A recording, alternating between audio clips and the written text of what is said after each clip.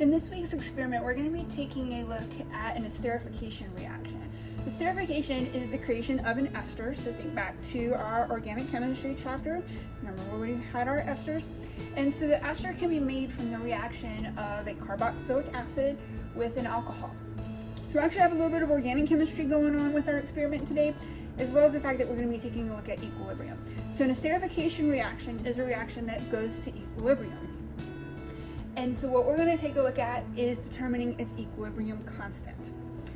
To start off, we need to create our reaction mixture. We need to combine, we're going to react acetic acid with propanol. We need to create that reaction mixture. And what we're going to do is we're going to do a titration to determine how much acetic acid we're starting with.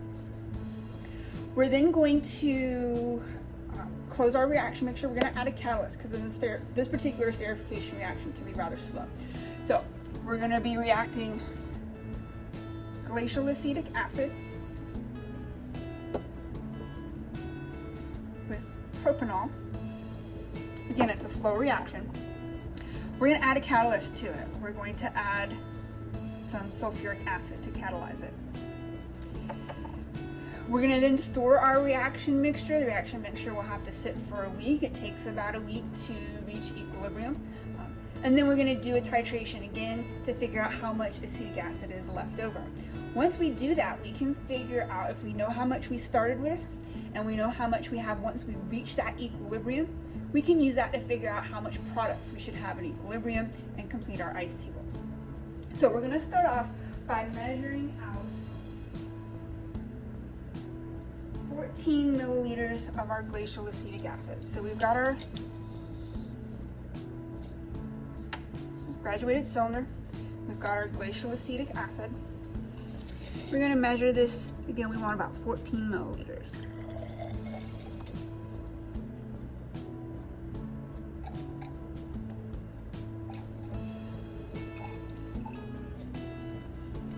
So right now, about 10, 11, 12.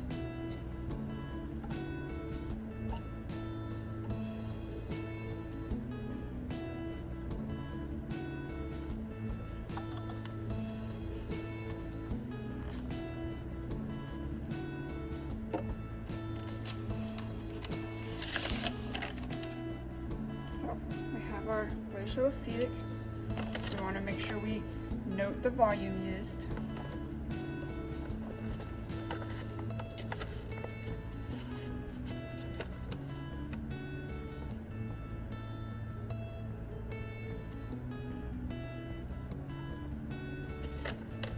So we're going to take that glacial acetic acid and we're going to add it to a clean, dry Erlenmeyer flask.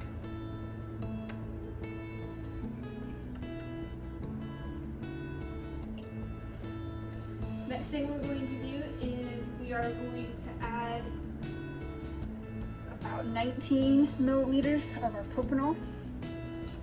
So this is our propanol.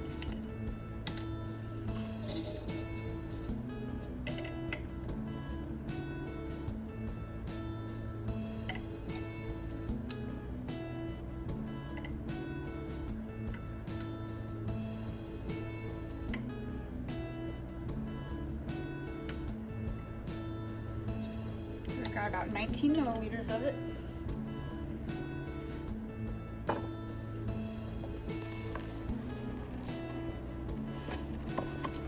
Get eye levels so we can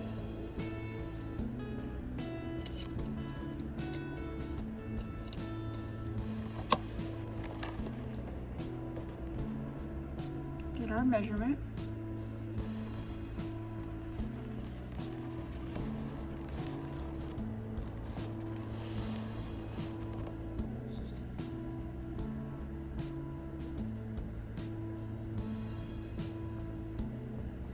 So we're going to go ahead and seal our flask. We need to take some parafilm.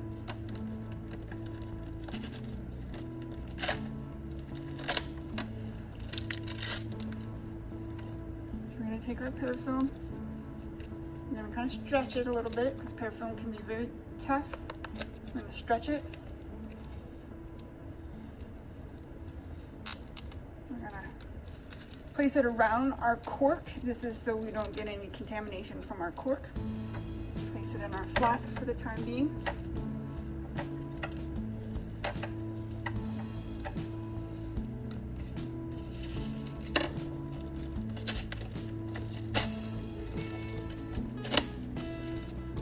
Close it up. We're not going to completely seal it yet.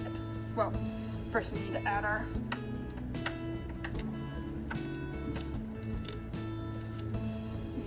propanol.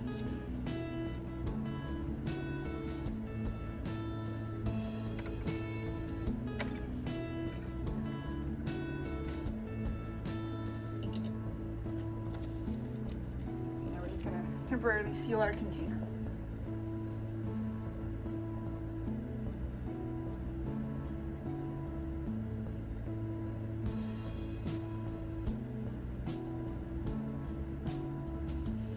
So again, we're going to determine our initial concentration of acetic acid by doing a titration.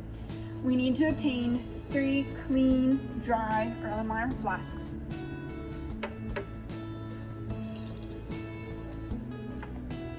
So these are our clean and dry flasks.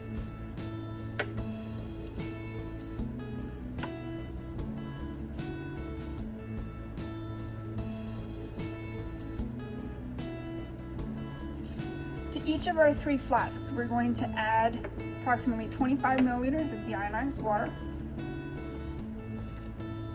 Again, it doesn't have to be accurate. So we're just estimating 25 milliliters.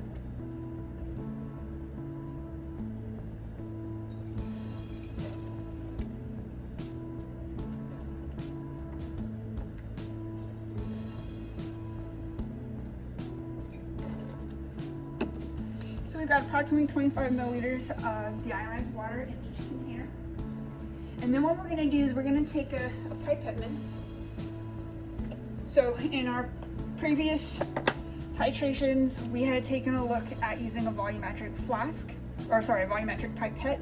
And this is another, or the pipette min is another type of pipette. So this is what the pipette min looks like. These are used for delivering very small volumes. So what we're going to do is we're going to take this and we're going to use it to get a 1 milliliter sample. So we have a box of pipette tips.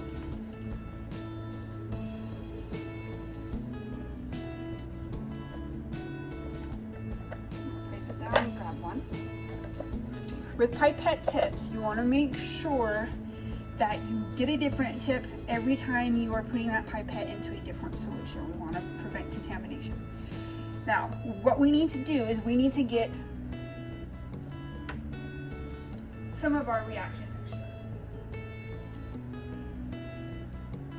What we're going to do is we're going to add 1 milliliter of our reaction mixture to each of our 3 flasks. So to do that, what we need to do is make sure our pipette min is set to 1 milliliter. So when we look at this, the top volume is indicating the milliliter, and then we have our 0, 0. So this would be 1.00, and then notice you've got these very small graduations on the bottom. Those are your additional significant figures. So this actually goes to 3 significant figures. This would be 1.000. If it wasn't already set for us, up at the top here we have these knobs that we can use to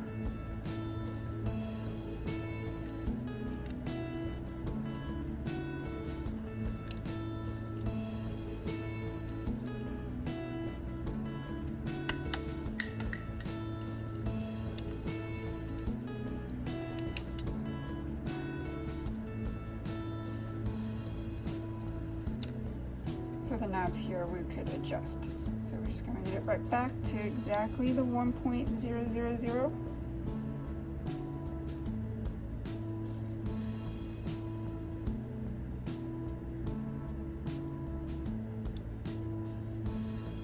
Okay. And then to use these, what we do is we have this top stopper. To draw our liquid in, we're going to place it into our reaction mixture. placing our pipette tip into our reaction mixture. The top stopper, we're gonna push all the way down. When we push on it, we can start to feel this resistance. We're gonna push all the way down to where we first start to feel resistance. We don't push it all the way down. So if we look here, I'm not all the way down. So this would be all the way down. I'm pushing it just so I start to feel resistance here and I stop. So I place that in the liquid, and that's how I draw the liquid in. I lift my finger up and it pulls in exactly 1 milliliter. So we can see our liquids come to right here. So we're gonna then come to our flask, and to deliver it all, what we've gotta do is we take the button and we push it all the way down. So again, to get our liquid we wanna transfer, we push this button to the first stopping point, we release it, that pulls the liquid in. To deliver our liquid, we push it all the way down. Okay, so we're getting our next sample.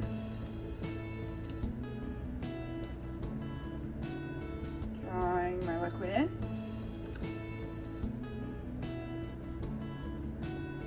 And delivering it to my flask. Draw my liquid in. Deliver it to my flask. We would then want to discard of our pipette tip.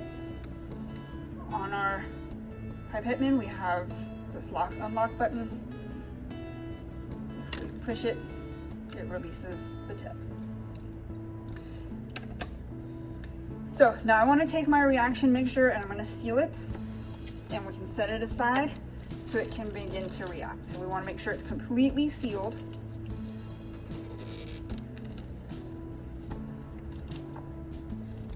Take my perfume, as I stretch it, it helps it stick.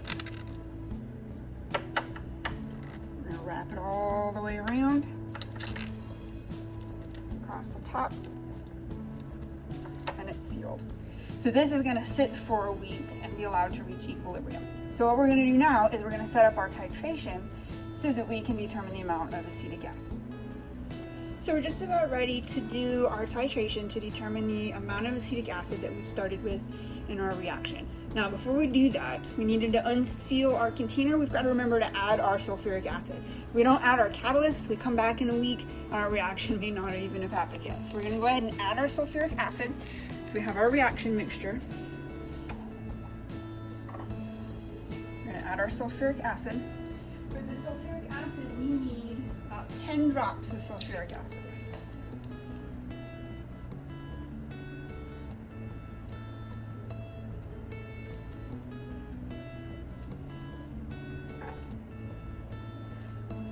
So just adding 1, 2, 3, 4, 5, 6, 7, 8, 9, 10. So we've added our sulfuric acid.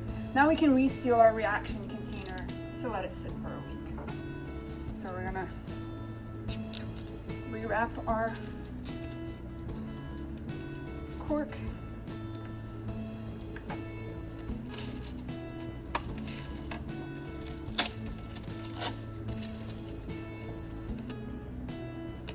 Stretch our perfume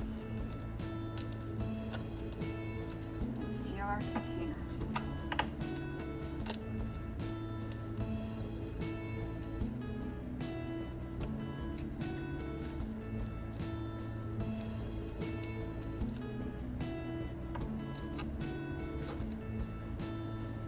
So our container is nice and sealed. Make sure there's no air in here, no evaporation. Now we can let it sit for a week.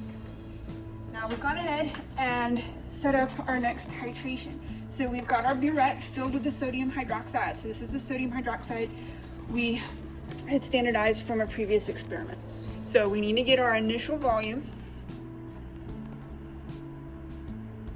So we're gonna go ahead and record that. And then we're gonna titrate just like we did with our standardization. So we're gonna start with one of our reaction mixtures. Since this is our first trial, we're gonna run it very slowly until we get our pale pink.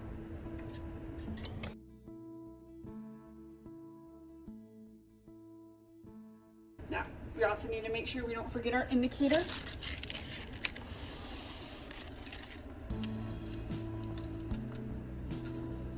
So we need a couple drops of phenolphthalein in there.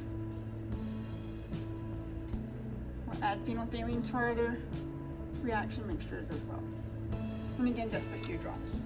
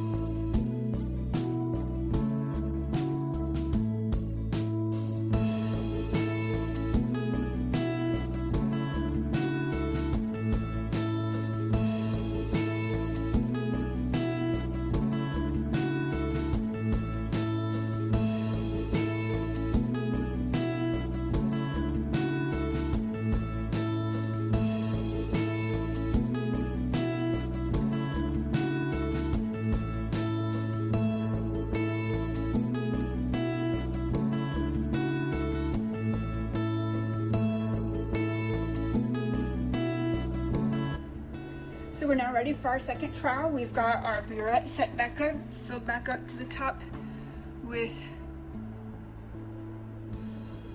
sodium hydroxide. We want to go ahead and measure that initial volume.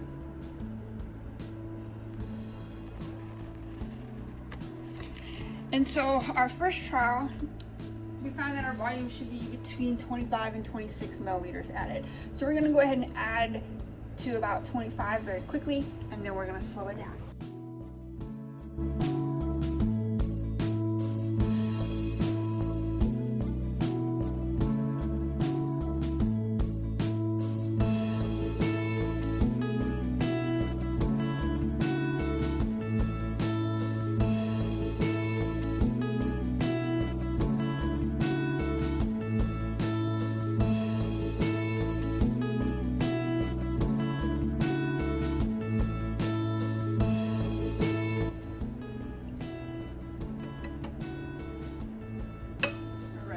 Our pale pink color.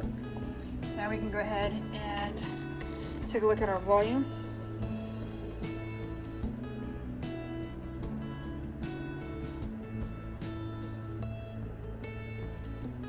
I want to go ahead and record that volume measurement.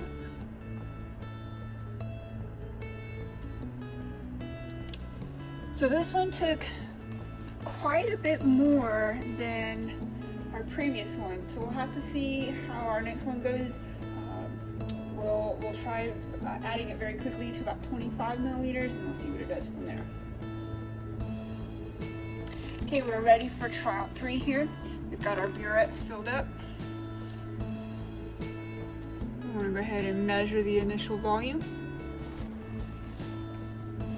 So since our second trial didn't go so great, or it went very different volume, we're going to try to add very quickly to about 25 milliliters. If we're not seeing pink yet, then we'll add a little bit more quickly as we get closer to our other volume.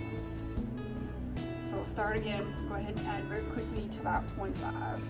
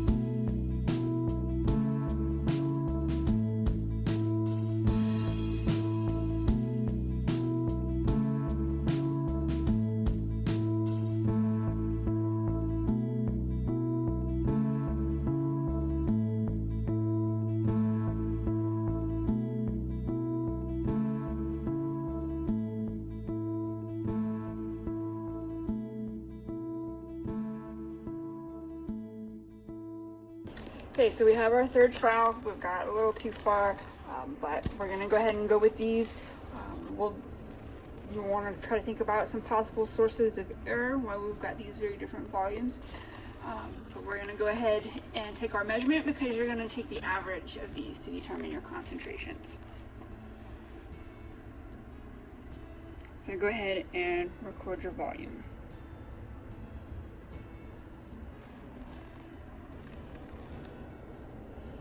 Now the next thing we're going to need to do, so at this point we've determined, or we've got volume measurements, we're going to be able to determine the initial concentration of acetic acid in our reaction mixtures.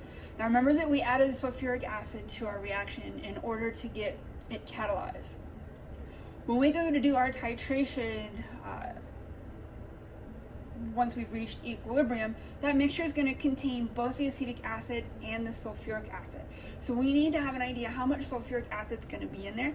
Remember, it's a catalyst. Remember, the catalysts are not going to get used up. So however much acetic or sulfuric acid we're starting with today, that's the same amount of sulfuric acid we'll still have in that reaction mixture. So we need to know how much volume of sodium hydroxide we use that would be needed to titrate the sulfuric acid, so we can take that into account when we do our calculations next time.